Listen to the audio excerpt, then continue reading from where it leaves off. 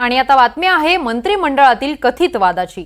मंत्रिमंडळ बैठकीत अजित पवार आणि मुख्यमंत्री एकनाथ शिंदे यांच्यात वाद झाल्याची माहिती समोर आली होती। अजित पवारांनी ही बातमी खोडून काढली आहे। महायुतीत कुठलाही वाद नसल्याचं अजित पवारांनी सांगितलंय। राष्ट्रवादी अजित पवार गटाच्या अनेक फाईल्स मुख्यमंत्री कार्यालयामध्ये सही विनाच अडकून पडल्याची माहिती समोर आली होती। या बातम्या खोट्या असल्याचं अजित पवार म्हणाले आहेत। नम्रतापूर्वक सांगतो, आमच्यात कुठलाही वाद नाही, कशाही काही मतभेद नाहीत। आम्ही सगळे एकोप्याने महायुतीचं सरकार चालवतोय।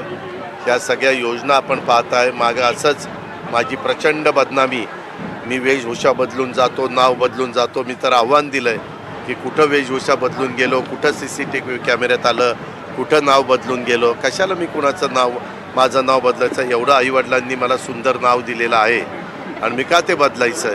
मला माझ्या नावाचा अभिमान आहे।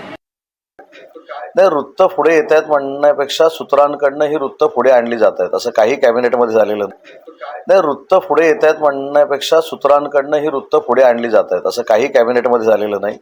दोन्ही नेते परिपक्व आहेत। महाराष्ट्र सांभाळण्याची ताकद तिघांमध्ये आहे। त्याच्यामुळे कॅबिनेटमध्ये काय बोलावं आणि काय बोलू नये हे काही लोकांना माहीत नव्हतं, पण या तिघांनाही माहिती आहे। त्याच्यामध्ये वाद का व्हायचं? म्हणून सांगितलं, बाकीचे जे महाराष्ट्रातले नेते आहेत त्याच्यापेक्षाही परिपक्व नेते आहेत। हे सूत्र वृत्त काही नसतं।